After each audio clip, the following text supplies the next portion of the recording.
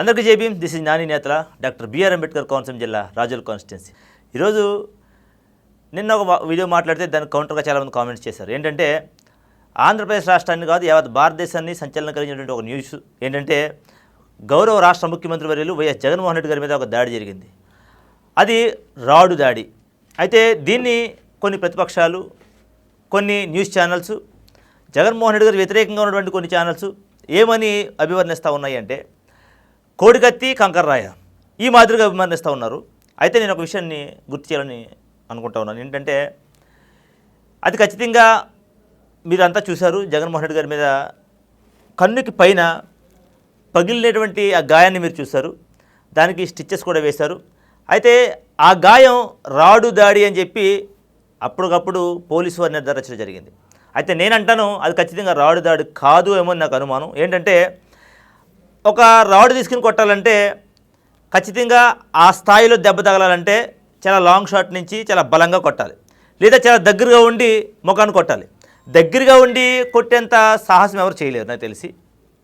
ఖచ్చితంగా ఇది లాంగ్ షాట్లో ఉండి కొట్టిందే. నాకు తెలిసి ఎయిర్ గన్ కానీ లేకుంటే ఒడిసె కానీ ఉపయోగించి ఉండాలి.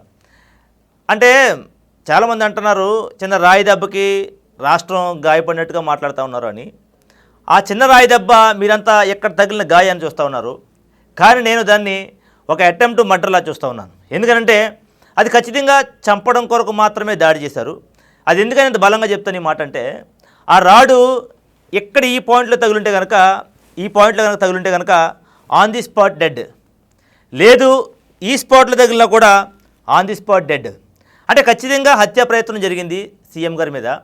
అయితే దీంట్లో కొంతమంది మేధావులు మాట్లాడుతూ ఉన్నారు జెడ్ సెక్యూరిటీ కేటగిరీ ఏం చేస్తూ ఉంది అని చెప్పి.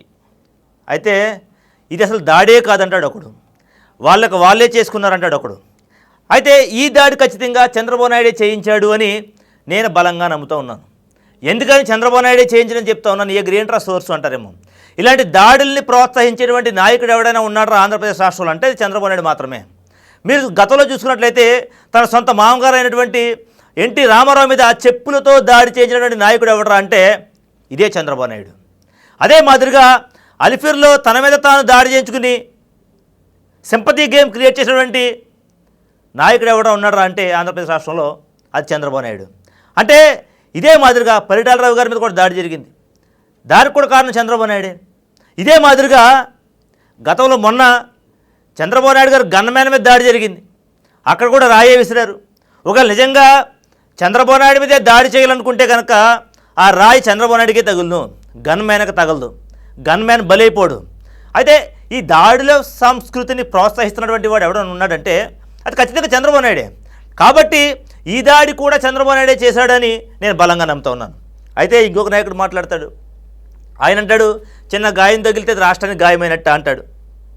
నేను అడుగుతూ ఉన్నాను, చంద్రబాబు నాయుడు మొన్న జైల్లో ఉన్నప్పుడు దోమలతో నన్ను చంపించడానికి ప్రయత్నం చేస్తూ ఉన్నారని చెప్పి దోమల్ని వదులుతూ ఉన్నారు లోపలికని చెప్పి ఏడ్పులు ఏడ్చాడు కదా.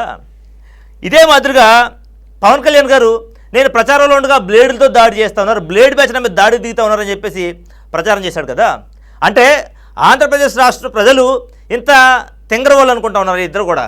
నాకు అర్థం కాదు ఏంటంటే దోమలతో చంద్రబాబు నాయుడిని చంపించడానికి చూశారంటే ఆంధ్రప్రదేశ్ రాష్ట్ర ప్రజలు నమ్మాలి. అదే మాదిరిగా బ్లేడ్ బ్యాచ్ వచ్చి ప్రచారంలో పవన్ కళ్యాణ్ గారి మీద దాడి చేశారంటే ఈ ఆంధ్రప్రదేశ్ రాష్ట్ర ప్రజలు నమ్మాలి. అంతేగాని జగన్మోహన్ రెడ్డి గారి మీద డైరెక్ట్గా అటాకులు చేస్తూ ఉంటే, కత్తులతో పొడుస్తూ ఉంటే, రాడులతో కొడతా ఉంటే దాన్ని దాడిని మాత్రం ఎక్కడ చెప్పకూడదు. సిగ్గుండాలా. ఇంకొకటి మాట్లాడతాడు కోడికత్తి అని. ఆ కోడికత్తి వచ్చిన గాయం అయితే హైదరాబాద్ పారిపోయాడు, ఈరోజు సీఎం అంటున్నాడు. రేయ్ ఆంధ్రప్రదేశ్ రాష్ట్రంలోనే కాదు, 2 తెలుగు రాష్ట్రాల్లోనే కాదు, యావత్ భారతదేశంలో ఎవడైనా మగాడుంటే కనుక ఆడదైనా పర్లేదు రావచ్చు. అదే కోడికత్తితో నేను దాడి చేస్తాను, దాన్ని తట్టుకుని నిలబడేటువంటి ధైర్యం మీకు ఉంటే కనుక రండి చూద్దాం కోడికత్తే కదా కాదు అని. అదే రాడితో నేను దాడి చేస్తాను, ఆ దాడిని తట్టుకునే దమ్ము మీ దగ్గర ఉంటే రండి చూద్దాం. ఈ మాదిరిగా దుర్మార్గమైనటువంటి దాడులు చేస్తూ ఒక విషపూరితమైనటువంటి ఒక కల్చర్ని ఆంధ్రప్రదేశ్ రాష్ట్రాల్లో తీసుకొస్తున్నటువంటి ఇలాంటి దుర్మార్గుని చంద్రబాబు నాయుడిని ఖచ్చితంగా ఇంటికి పంపించవలసిన పరిస్థితి ఎంతైనా ఉంది, ఖచ్చితంగా జైలుకి పంపించవలసిన పరిస్థితి ఎంతైనా ఉంది. ఇలాంటి దుర్మార్గపు సంస్కృతి, దాడులు చేసే సంస్కృతి ఎవడైనా ఆంధ్రప్రదేశ్ రాష్ట్రంలో మొదలుపెట్టాడు అంటే చంద్రబాబు నాయుడు మాత్రమే. ఎవడైనా తెలుగు రాష్ట్రాల్లో మొదలుపెట్టాడంటే చంద్రబాబు నాయుడు మాత్రమే. ఖచ్చితంగా ఎవరైతే జగన్మోహన్ రెడ్డి గారి మీద దాడి చేశారో వీళ్ళని పూర్తి స్థాయిలో ఇన్వెస్టిగేట్ చేయాలి. ఒకవేళ ఆంధ్రప్రదేశ్ రాష్ట్ర పోలీసుల వల్ల కాకపోతే ఈ కేసును ఖచ్చితంగా సిఐడికి అప్పగించాలి అని మేమంతా కూడా డిమాండ్ చేస్తూ ఉన్నాం. అంటే ఇంకోటి కూడా చెప్తా ఉన్నాను, ఈ ప్రతిపక్షాలకి కౌంటరింగ్ ఇవ్వాలంటే వైఎస్ఆర్ కాంగ్రెస్ పార్టీ సోషల్ మీడియా చాలా చిన్న ఇష్యూ, అది చాలా చిన్న ఇష్యూ. మీరు అనుకుంటా ఉన్నారేమో Telugu Desam party, Janasena party, BJP party మూకుమ్మడిగా 3 పార్టీలు ఉన్నాయి మా దగ్గర, 3 పార్టీలు సోషల్ మీడియా ప్రతినిధులు ఉన్నారు మా దగ్గర, 3 పార్టీలకు అనుకూలంగా ఉన్నటువంటి మీడియా ఛానల్స్ ఉన్నాయి మా దగ్గర అని అనుకుంటా ఉన్నారేమో. గట్టిగా జగన్మోహన్ రెడ్డి గారు ఒక్కసారి ఇలా చిటికేస్తే వైఎస్ఆర్ కాంగ్రెస్ పార్టీ సోషల్ మీడియా దెబ్బకి దిక్కుల్లో ఎక్కడా కనపడకుండా పోతారు. మీరు నిజంగా చెప్తా ఉన్నాను నేను, ఇవాళ ఎక్కడా కనపడకుండా పోతారు మీరు.